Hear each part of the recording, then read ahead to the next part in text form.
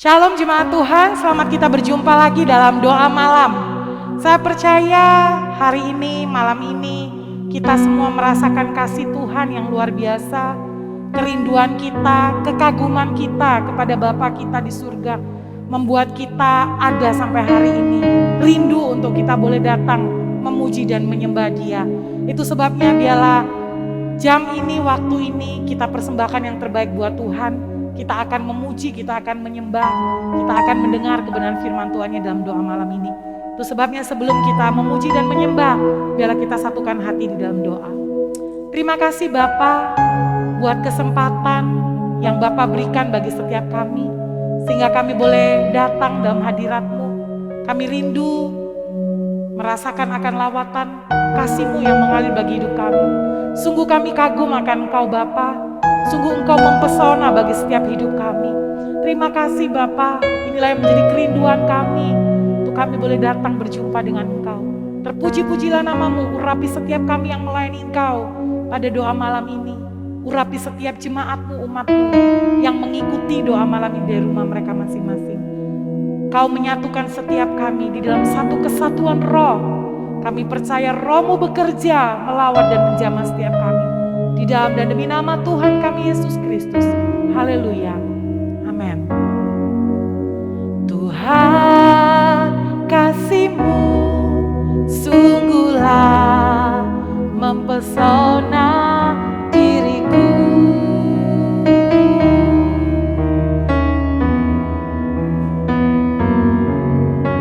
Tuhan, kuasa-Mu sungguhlah menggetarkan hatiku.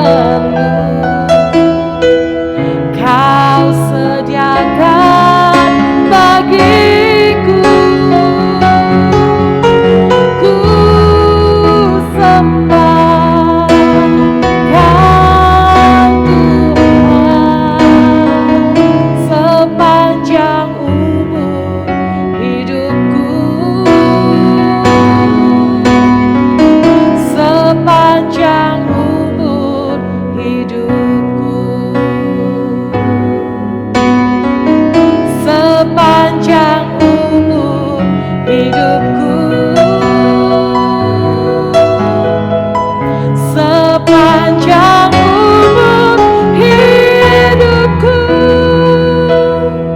Haleluya, sepanjang umur hidupku. Kau yang ku sembah, Kau yang ku puji, Kau yang ku agungkan sepanjang umur hidupku. Haleluya, sepanjang umur hidup kami ya Bapa, tidak akan pernah berhenti pujian penyembahan hanya bagimu. Haleluya. Hirai demikian lama-lamanya, hirai demikian lama-lamanya. Haleluya. Hiaranamaya, ranamaya, lamas. Hiaranamaya, ranamaya, lamas. Hiaranamaya, lamas. Haleluya. Hiaranamaya, lamas. Hiaranamaya, lamas. Hiaranamaya, lamas.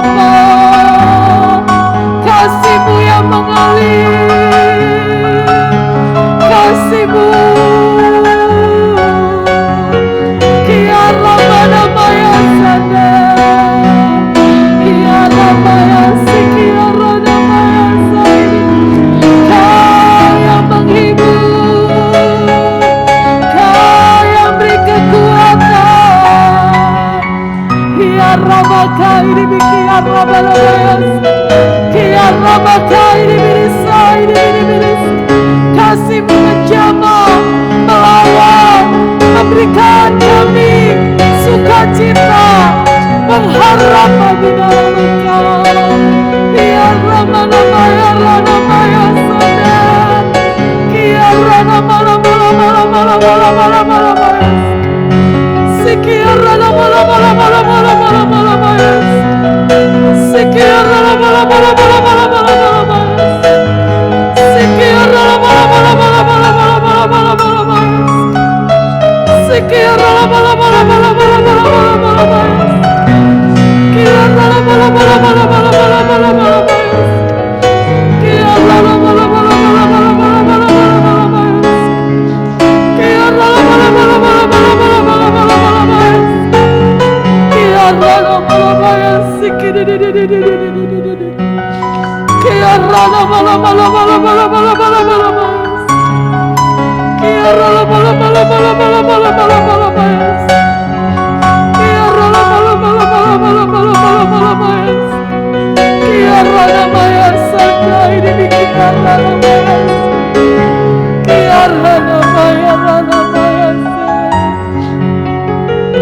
Kasih-Mu mengalir menyentuh hatiku, kasih-Mu mengalir menjamah hidupku, kasih-Mu mengalir menyentuh hatiku, kasih-Mu mengalir menjamah hidupku. Selain kasih-Mu, tiada kasih seperti kasih-Mu. Kasih-Mu mengalir menyentuh hatiku, kasih-Mu mengalir menjamah hidupku, kasih-Mu mengalir menyentuh hatiku, kasih-Mu mengalir menjamah hidupku. Selain kasih-Mu, tiada kasih seperti kasih-Mu. Oh, selain kasih-Mu, tiada kasih seperti kasih-Mu. Oh, selain kasih-Mu, tiada kasih seperti kasih-Mu.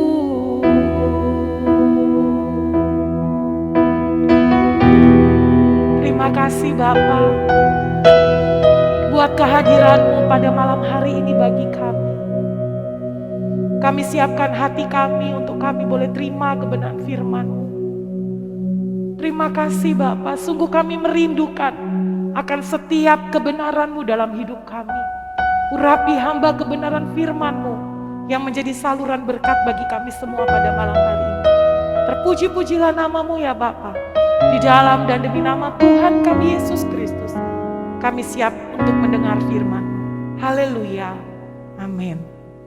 Baik Bapak Ibu semua, kita masuk dalam perenungan firman Tuhan di ibadah doa malam kali ini dan mari kita berdoa. Bapa di surga, kami mengucap syukur Tuhan atas kasih karunia Tuhan. Kami merasakan begitu baiknya Engkau di dalam kehidupan kami. Lewat setiap pergumulan doa kami percaya Tuhan tidak pernah tinggalkan, Tuhan tidak pernah biarkan. Bahkan Tuhan akan menjawab kami sesuai dengan kehendak Tuhan. Dan kami percaya kehendak Tuhan itu yang terbaik bagi kehidupan kami. Bapa, kami mau merenungkan firman-Mu, berbicaralah ya Tuhan, agar firman-Mu menjadi kekuatan bagi kami, agar kami tidak Tuhan takut, gelisah dan salah melangkah ya Bapa, dalam menghadapi setiap tantangan yang kami alami di dalam kehidupan ini. Urapi hamba pemberita firman-Mu, urapi kami setiap orang yang mendengarkan firman Tuhan, agar benar-benar Tuhan firman itu dapat tertanam di dalam kehidupan kami dan berbuah. Kami berdoa segala kuasa kegelapan dalam bentuk apapun yang mencoba membatalkan jalannya pemberitaan firman Tuhan, kami bersatu patahkan di dalam nama Tuhan Yesus Kristus. Tuhan berkati waktu ini, Tuhan berkati setiap alat sarana internet, jaringan yang kami gunakan dalam kami menyelenggarakan doa malam ini. Tuhan berkati agar dari awal hingga akhir kami dapat mengikuti ibadah, mendengarkan firman Tuhan dengan baik dan nama Tuhan dipermuliakan. Terima kasih ya Bapa. Di dalam nama Tuhan Yesus Kristus kami memerenungkan firman-Mu. Haleluya. Amin. Baik Bapak Ibu, ketika kita melihat manusia itu adalah makhluk yang luar biasa. Sedikit ketika kita lihat di awal penciptaan, maka dari berbagai ciptaan Tuhan memutuskan di Kejadian pertama ayat 26 menciptakan manusia segambar dan serupa dengan Allah. Dan luar biasa, manusia ini partner kerja Allah. Mereka diperintahkan untuk bisa berkuasa, memenuhi bumi dan menaklukkannya. Tuhan memperlengkapi mereka, memperlengkapi manusia dengan segala hal yang dibutuhkan untuk bisa menjalankan tugas tanggung jawab yang Tuhan berikan. Berarti manusia berbeda dengan makhluk yang lain. Manusia punya kecerdasan, manusia punya IQ, manusia punya keterampilan, kreativitas. Manusia bisa beradaptasi, dan luar biasa manusia memiliki perasaan.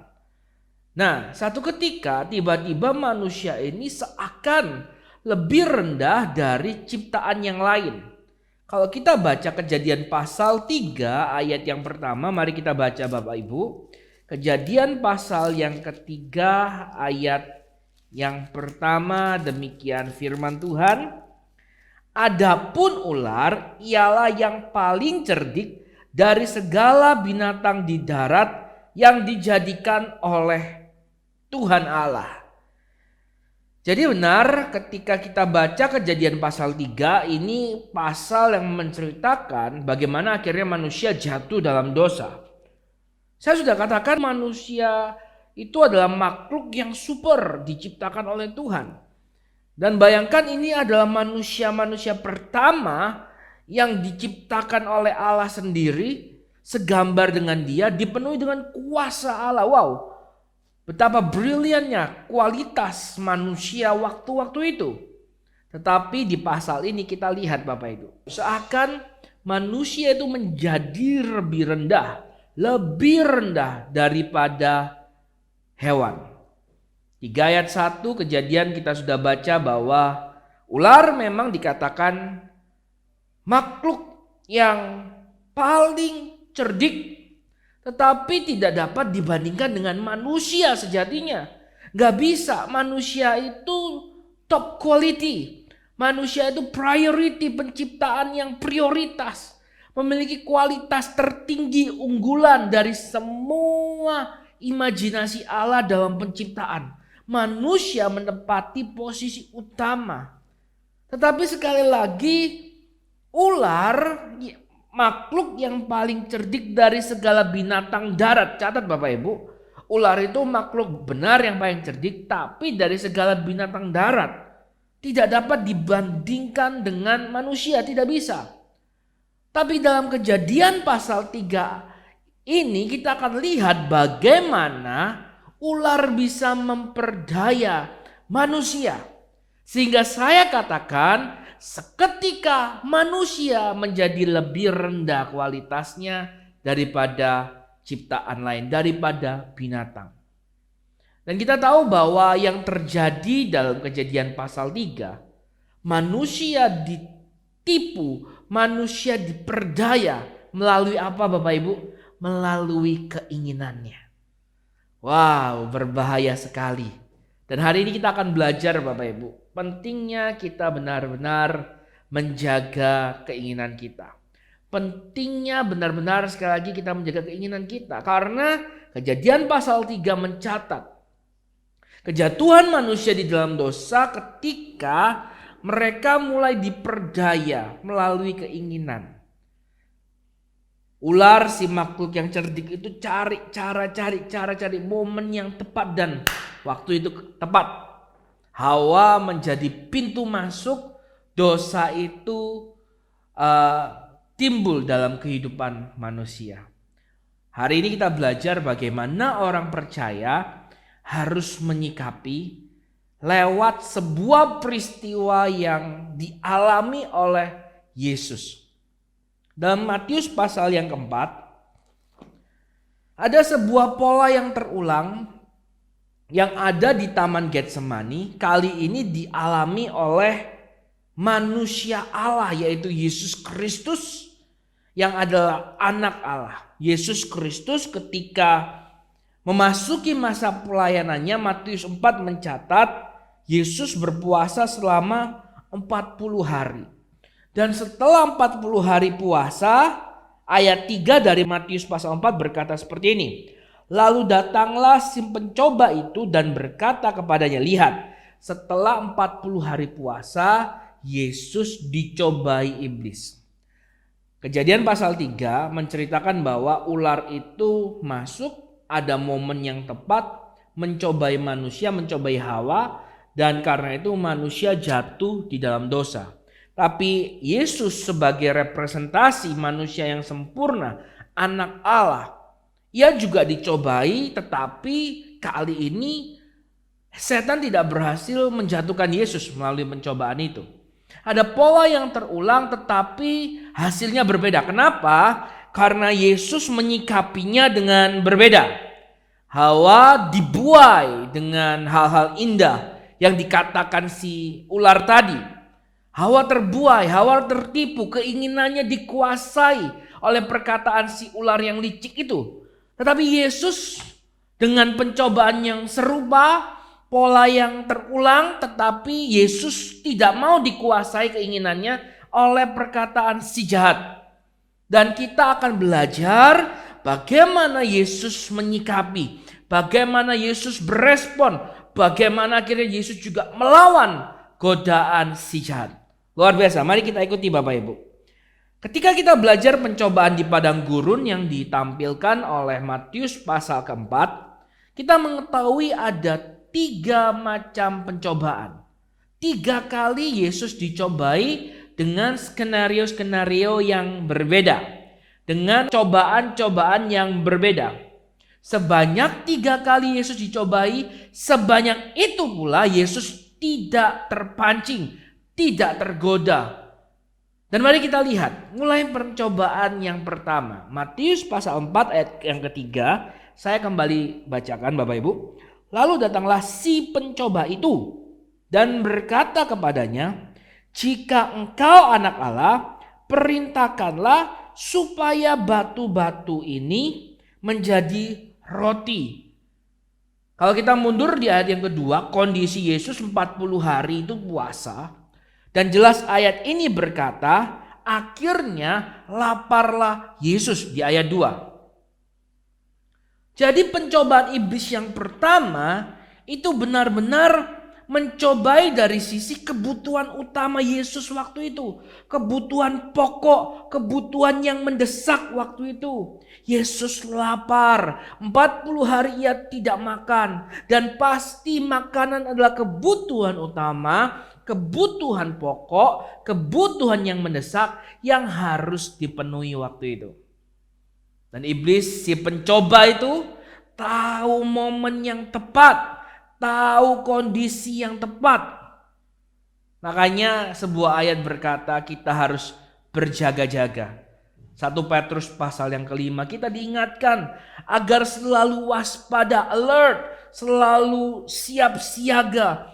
Karena lawan kita, si jahat itu dikatakan seperti singa yang mengaum-ngaum, yang menunggu waktu dan masa yang tepat untuk menerkam kita, untuk menjatuhkan kita, untuk mencobai kita.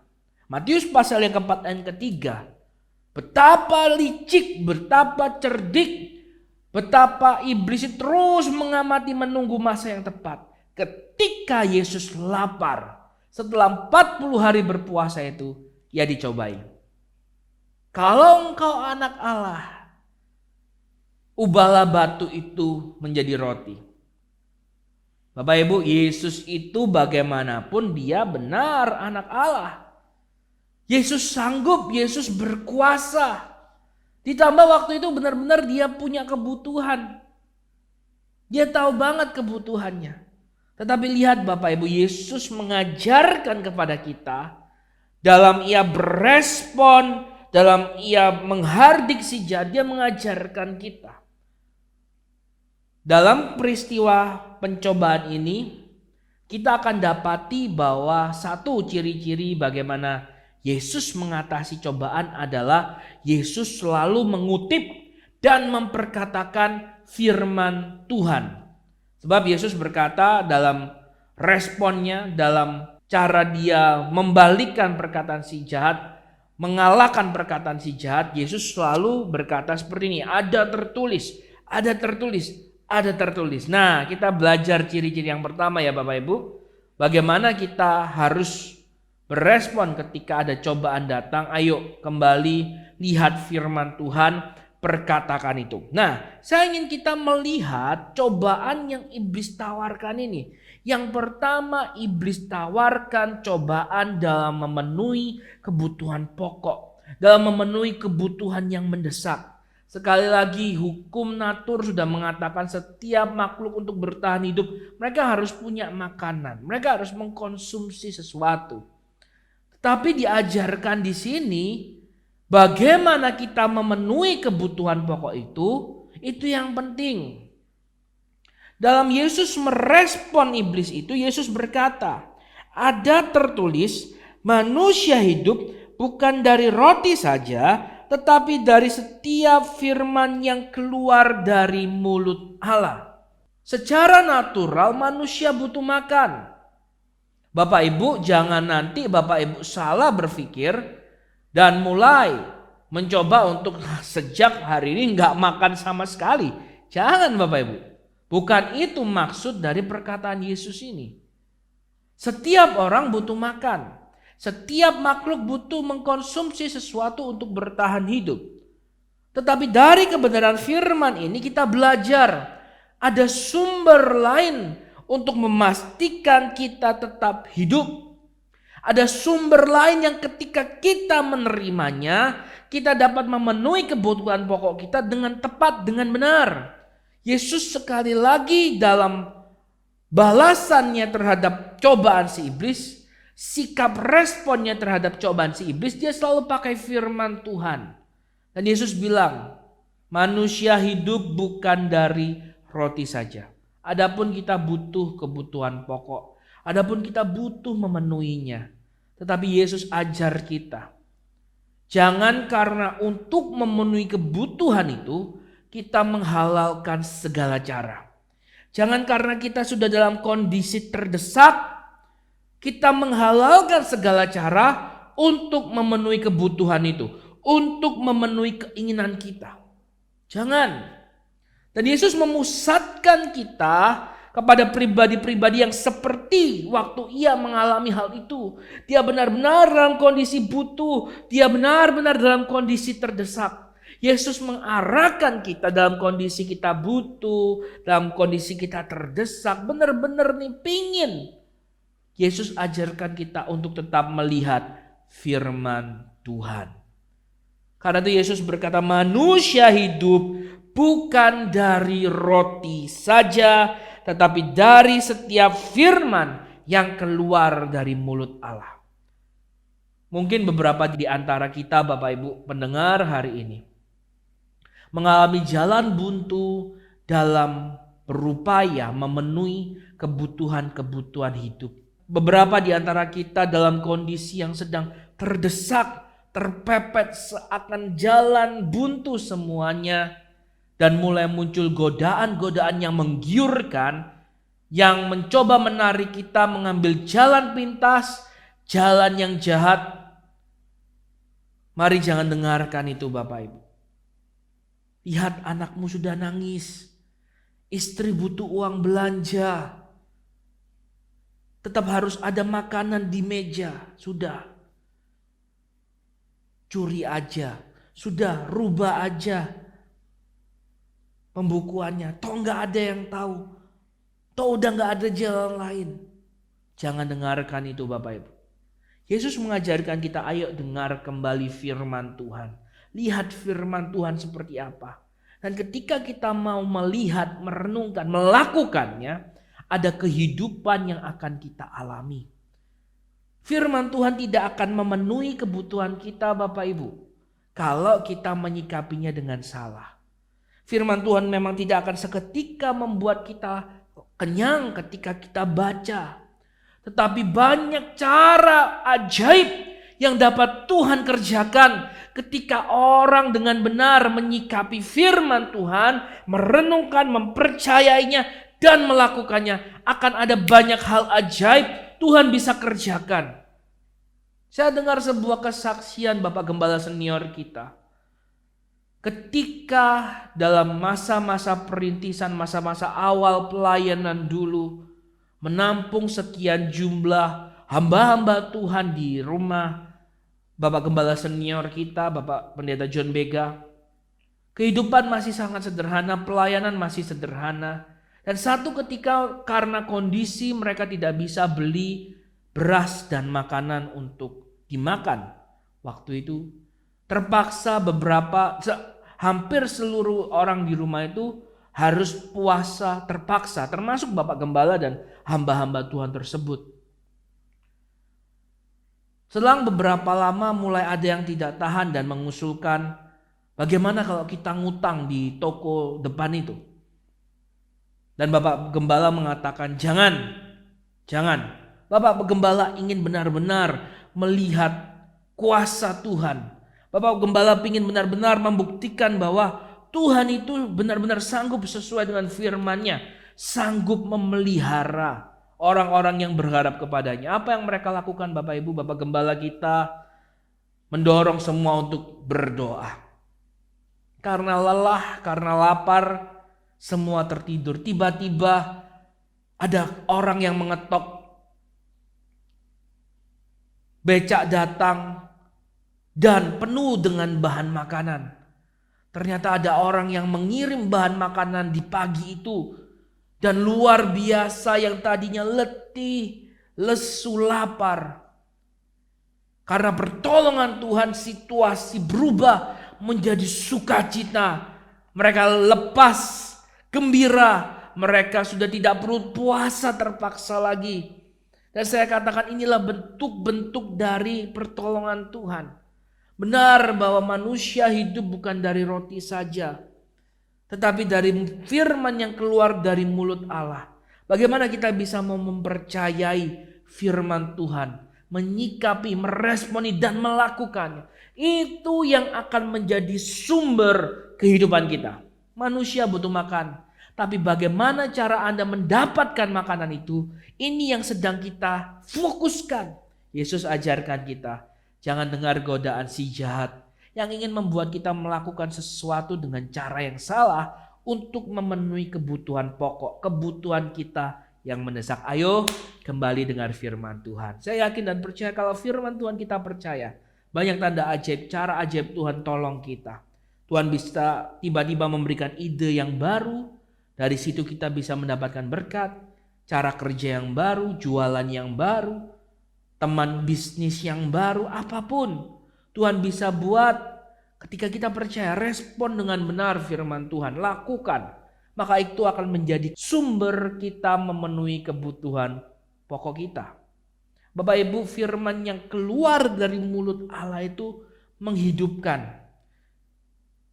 Mungkin kita sering melihat bagaimana seorang ibu menggendong anaknya yang masih bayi dan ia menyuapi anaknya makan. Bapak Ibu pernah lihat?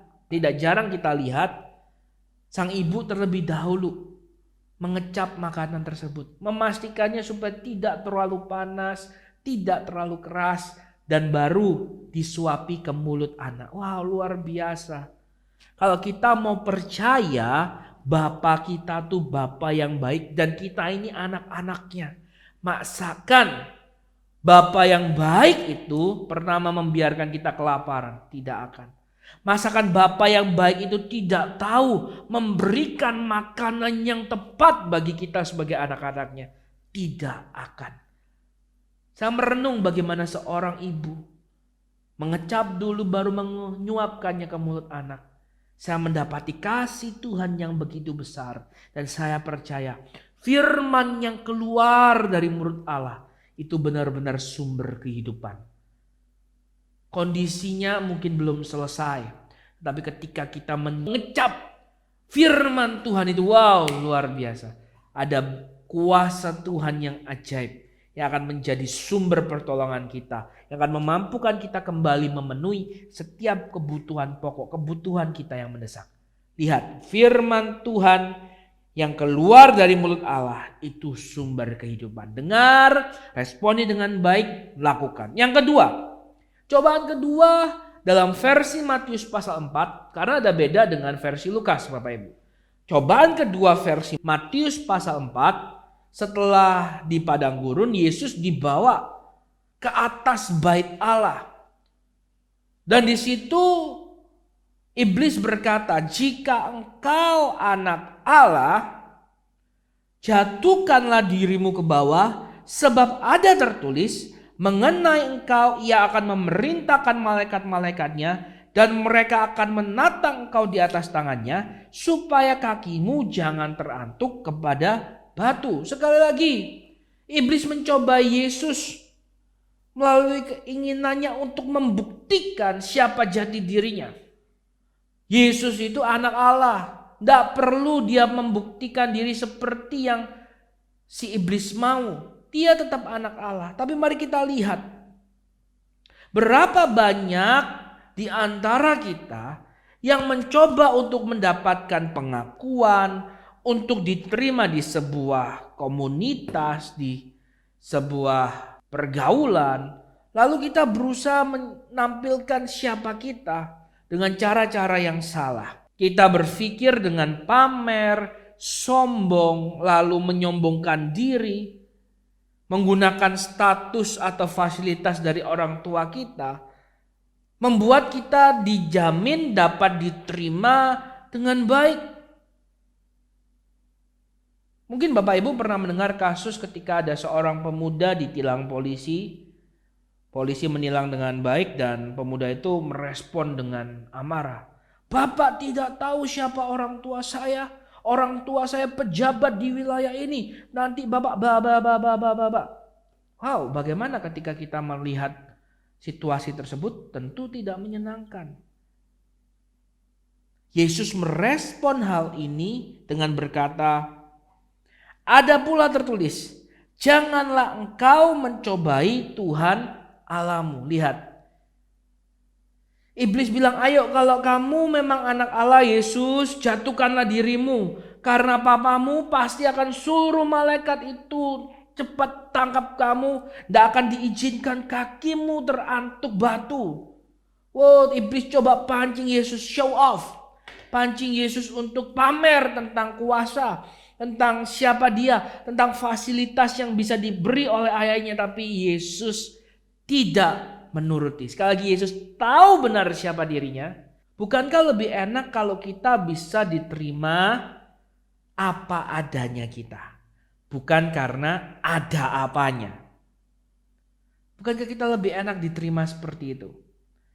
Itu pun tentu akan membuat kita terlindungi dari orang-orang yang ingin hanya memanfaatkan fasilitas atau kelebihan yang ada pada kita saja. Mari Bapak Ibu, saya belajar dan mari kita juga belajar. Jangan mau berusaha demi pengakuan, demi sebuah penerimaan, kita lalu terjebak dari memamerkan kemampuan kita, menyombongkan diri kita, apalagi hanya sekedar mengandalkan fasilitas orang tua. Yesus ngajarin kita nggak seperti itu. Bahkan ayat lain berkata kesombongan, kecongkakan itu musuh Allah. Mari kita belajar untuk tidak sombong. Nggak usah show off, nggak usah pamer. Engkau berharga bukan karena bagaimana orang menerima atau tidak menerima Anda. Tidak. Engkau benar-benar berharga karena Kristus sudah mati untukmu. Engkau berharga karena firman Tuhan mengatakan kita ini benar-benar anak Allah. Kita nggak perlu demonstrasi apapun untuk menerima pengakuan atau penerimaan dari orang lain tentang hal itu.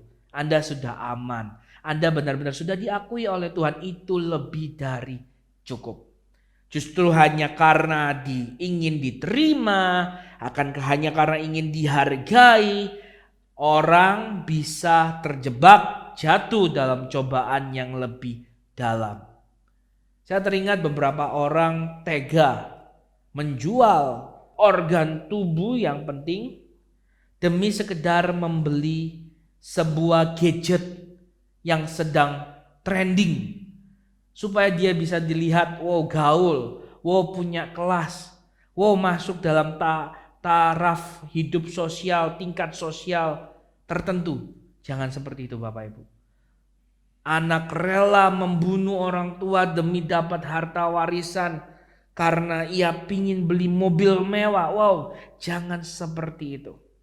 Sekali lagi, harga diri Anda itu karena Kristus sudah menebus Anda. Siapa Anda? Karena Anda sudah diakui Allah sebagai anak Allah. Itu lebih dari cukup. Ayat 7, Yesus berkata kepadanya, si pencoba itu, ada pula tertulis, janganlah engkau mencobai Tuhan Allahmu. Jadi gak perlu dalam kondisi apapun kita buat sebuah permohonan, sebuah kondisi yang ingin membuktikan diri kita atau siapa Tuhan kita. Pernahkah kita teringat kita punya sebuah masalah, lalu kita berkata seperti ini, Tuhan tolong saya, Tuhan kalau engkau baik tolong saya bebas dari masalah ini. Loh, itu mencobai Tuhan. Tuhan mau tolong Anda atau tidak, Tuhan itu baik. Hanya cara dia menolong kita itu gak bisa kita tuntut semau kita, gak bisa.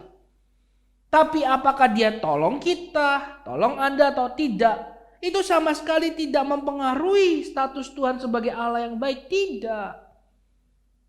Jadi sama seperti Yesus dicobai, loh dia itu sudah anak Allah. Yesus gak perlu jatuh, menjatuhkan diri seperti yang setan mau, setan inginkan. Untuk membuktikan siapa Yesus, siapa Allah sebagai Bapaknya, gak perlu. Itu mencobai Tuhan. Ada beberapa orang yang mulai berkata, Tuhan kalau engkau tidak tolong aku tidak lagi menyembahmu. Loh, lalu apa ruginya Tuhan gitu? Justru ketika kita tidak lagi datang kepada Tuhan, kita tidak menyembah Tuhan, berarti kita lebih diikat oleh permasalahan yang lebih berat. Kita lebih menjauh. Si jahat lebih menguasai pikiran kita dan kita akan lebih tergoda untuk melakukan hal jahat lainnya. Yang walaupun seakan memberikan pertolongan, tapi ujungnya akan menjerat kita kepada kebinasaan. Jadi jangan cobai Tuhan. Dari cobaan yang kedua kita belajar. Kita gak perlu pamer, kita gak perlu sombong. Dan jangan kita buat kondisi-kondisi yang justru menjerat diri kita sendiri. Ingat, Tuhan itu imanen sebenarnya. Keberadaannya itu tidak terpengaruh oleh kita. Kita ini ciptaan. Keberadaan Tuhan tidak terpengaruh oleh pola pikir kita, oleh tuntutan kita. Tidak.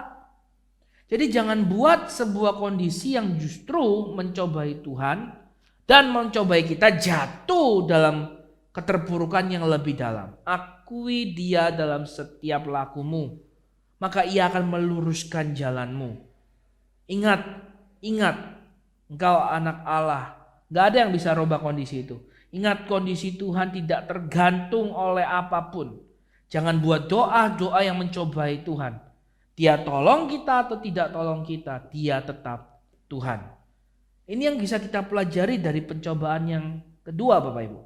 Yang ketiga, versi Matius, setelah dari bait Allah, Yesus dibawa oleh setan ke sebuah tempat yang tinggi, di mana di sana Yesus diperlihatkan semua kerajaan dunia dengan kemegahannya dan berkata kepadanya, ayat 9, semua itu akan kuberikan kepadamu. Jadi setan ngomong, lihat nih, dunia dengan segala kemegahannya akan kukasih kepadamu. Tapi ada satu kondisi, jika engkau sujud menyembah aku. Oh, pencobaan pertama tentang kebutuhan pokok yang mendesak. Pencobaan kedua tentang pembuktian, penerimaan. Pencobaan yang ketiga ini levelnya udah lebih tinggi lagi. Kalau pencobaan pokok semua orang bisa ya. Kalau sudah terpenuhi butuh diterima orang itu, butuh diakui. Tapi pencobaan ketiga ini sudah settle semuanya. Pencobaan ketiga ini ngomong soal kenikmatan, kenyamanan. Dan banyak orang menginginkan hal itu, bukan? Tapi tahukah, kembali lagi Yesus mengajarkan kita, ayo jangan kita berikan ruang si iblis itu untuk menguasai, mengontrol keinginan kita. Karena setelah keinginan kita itu dikuasai, maka perilaku kita bisa dikuasai. Tindakan kita dikuasai, mindset kita dikuasai. Dan kita akan dibawa jatuh ke dalam dosa. Dan Yesus mengajarkan di sini, lihat. Ayat 10, balasan Yesus kepada godaan itu. Maka berkatalah Yesus kepadanya, "Anyalah iblis, sebab ada tertulis, engkau harus menyembah Tuhan Allahmu, dan hanya kepada Dia sajalah engkau berbakti." Iblis ingin mencoba Yesus. Iblis ingin bilang, dunia itu sekarang aku loh yang menguasai.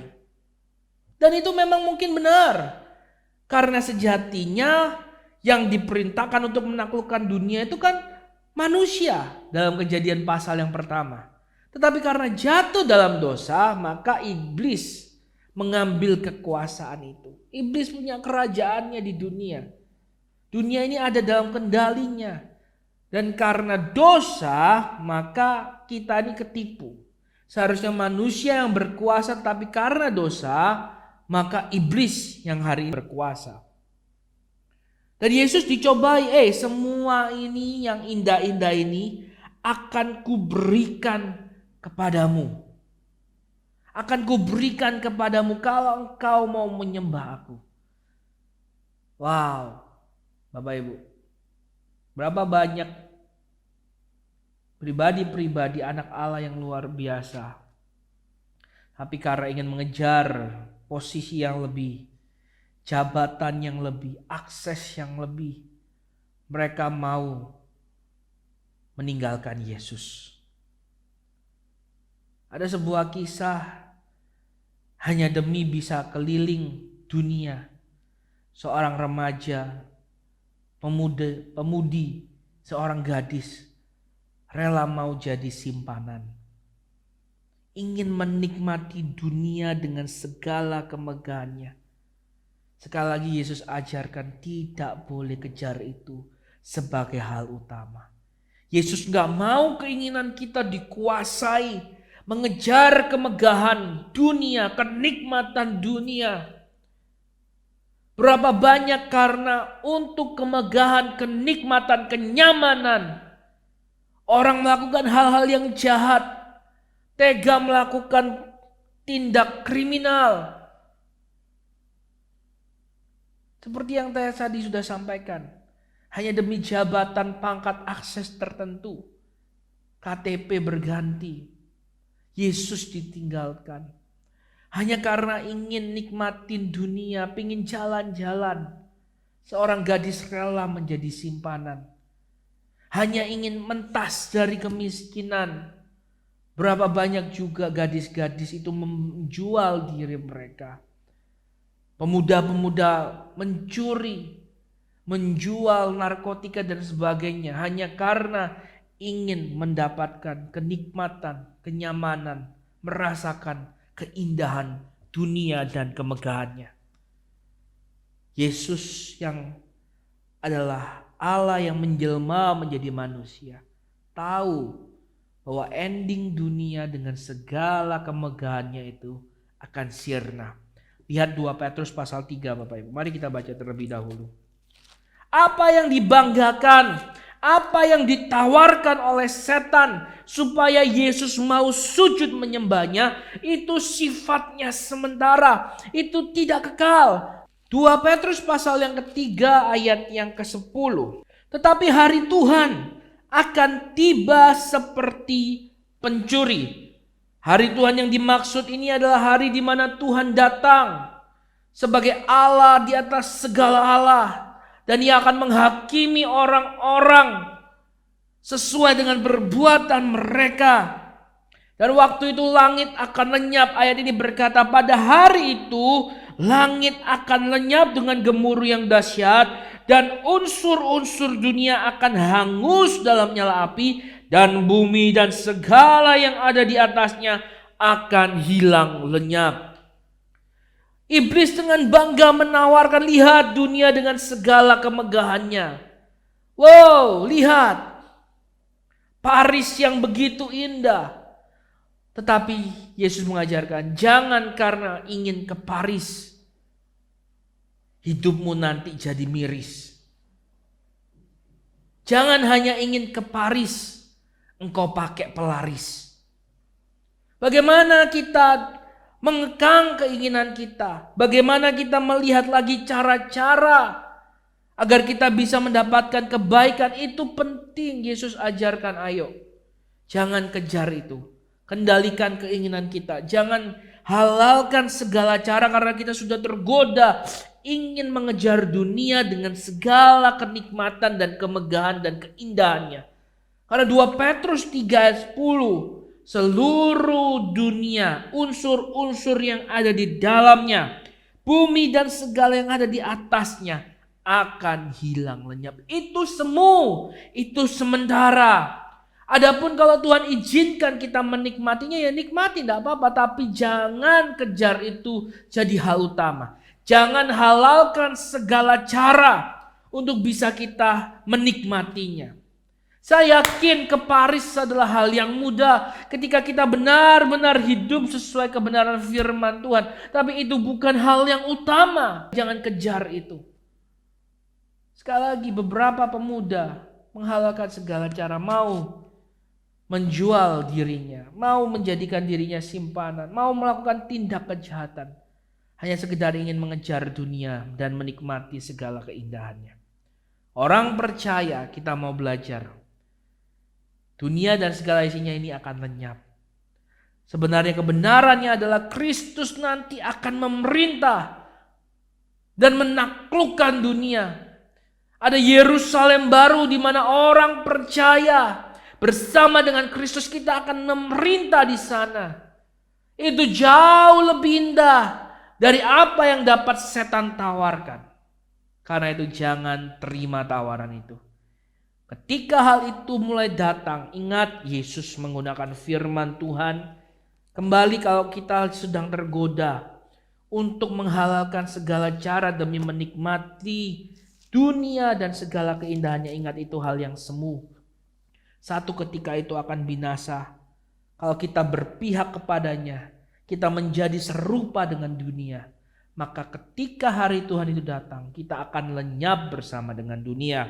Tetapi kalau kita mau menyembah Tuhan dan hanya kepadanya kita berbakti, bukan hanya Tuhan bisa membuat kita menikmati. Karena sebenarnya seluruh isi dunia ini diciptakan untuk manusia. Manusia yang menyembah Tuhan. Manusia yang ada di pihak Tuhan. Kalau hari ini mungkin kita menderita, jangan tukar iman kita demi kenyamanan. Karena kelak nanti hari Tuhan datang, kondisi itu akan berbalik. Tuhan akan pulihkan. Orang-orang yang percaya akan memerintah dunia bersama dengan Tuhan di Yerusalem baru nanti. 3 pencobaan ini kiranya menjadi pembelajaran bagi kita Bapak Ibu.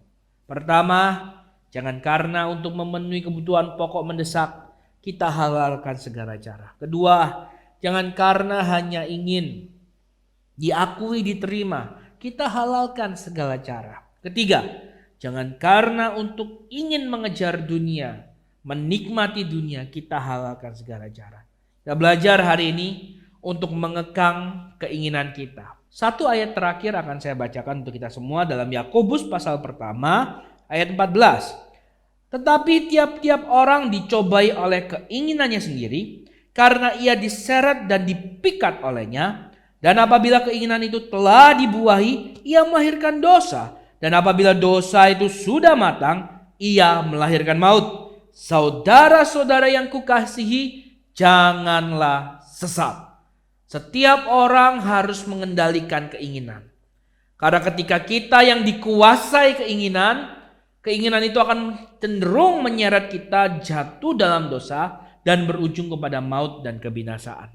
Tetapi orang percaya kita mau belajar menguasai keinginan kita. Bagaimana? Pencobaan di padang gurun dalam Matius pasal 4 telah membuktikan cara yang baik yang Yesus lakukan sendiri dan perlu kita lakukan dalam kehidupan kita. Setiap pencobaan datang yang berusaha membuat kita dikuasai oleh keinginan-keinginan jahat, kita mau lawan dengan firman Tuhan. Amin Bapak Ibu. Ketika kita dicobai lewat kebutuhan pokok yang mendesak, perkatakan manusia hidup dari firman Tuhan. Dan ketika kita percaya, yakin ada jalan Tuhan bukakan, dan kita bisa memenuhi kebutuhan pokok kita dengan cara yang benar.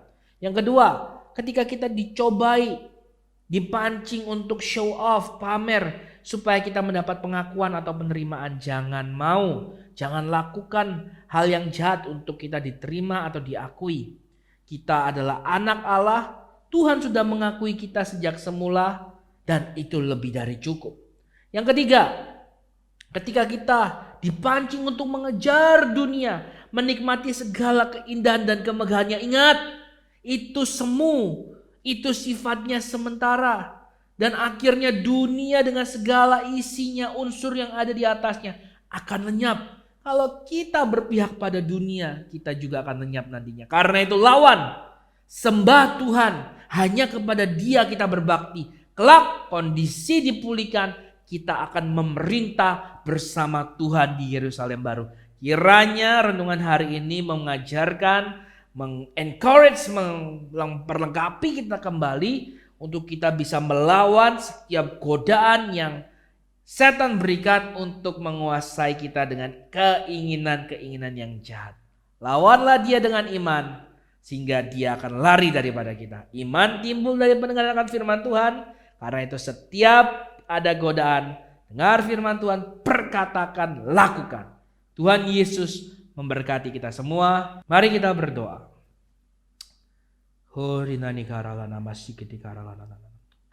Bapa di surga, dalam masa-masa ini Tuhan, kami tahu banyak sekali tantangan, godaan, bahkan cobaan Tuhan. Dan seringkali tantangan terberat adalah bagaimana kami memenuhi kebutuhan.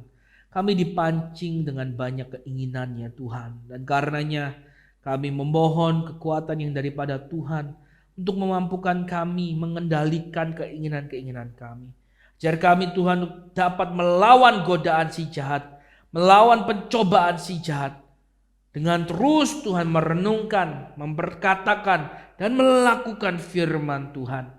Kami tidak mau Tuhan dikuasai oleh keinginan. Kami tidak mau mengejar dunia dengan segala kenikmatannya. Kami tidak mau Tuhan pamer dan mencobai Tuhan. Tapi kami mau belajar Tuhan. Belajar melihat firman Tuhan. Mengakui dan melakukannya. Kiranya Tuhan hanya Engkau yang kami sembah di dalam kehidupan kami. Dan kami menyembah-Mu. Dan kami percaya firman dan kekuatan yang ada padamu Tuhan. Kami mampu Tuhan melawan godaan si jahat. Karena Tuhan berikan kami anak-anak-Mu. Setiap kami khususnya yang sedang digoda, yang sedang dicobai, yang sedang mengalami masalah permasalahan Tuhan. Kuatkan kami Tuhan. Segala suara-suara yang mencoba menjatuhkan iman kami, kami patahkan di dalam nama Tuhan Yesus Kristus.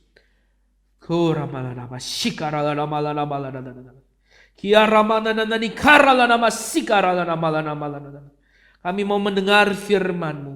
Kami mau merenungkannya. Sehingga tindakan kami akan dikuasai oleh kebenaran firman-Mu Tuhan. Tidak ada hal-hal yang membahayakan diri kami sendiri. Tidak ada hal-hal yang sekedar ingin memuaskan nafsu kami Tuhan. Bahkan tidak ada hal-hal yang sekedar ingin membuat si jahat itu bersorak-sorai karena berhasil menjatuhkan kami. Kami percaya Tuhan kehidupan kami ada dalam genggaman tangan-Mu. Kami percaya ketika firman-Mu kami renungkan dan kami lakukan. Ada kehidupan yang kami alami. Ada jalan yang kami lihat dan dapat kami tempuh sebagai bentuk pemeliharaan Tuhan atas kami. Khusus bagi kami Tuhan yang berbeban berat, yang sedang terlilit Tuhan hutang. Tuhan tolong kami. Tuhan tolong kami ya Bapak. Ampuni segala kelemahan kesalahan kami. Jangan biarkan Tuhan kami dikuasai dengan keinginan jahat yang lebih membuat kami terjerat dan memiliki masalah yang lebih berat Tuhan. Tapi kiranya kami mau merenungkan dan melakukan firman-Mu. Sebab itu kami berkata Tuhan, terjadilah kehendak-Mu, terjadilah firman-Mu dalam kehidupan kami, di dalam nama Tuhan Yesus Kristus. Puji nama-Mu Tuhan kekal sampai selama-lamanya. Dalam nama Yesus Kristus Allah yang hidup itu kami berdoa. Haleluya. Amin. Tuhan Yesus memberkati kita semua Bapak Ibu. Sampai jumpa di ibadah-ibadah berikutnya. Shalom.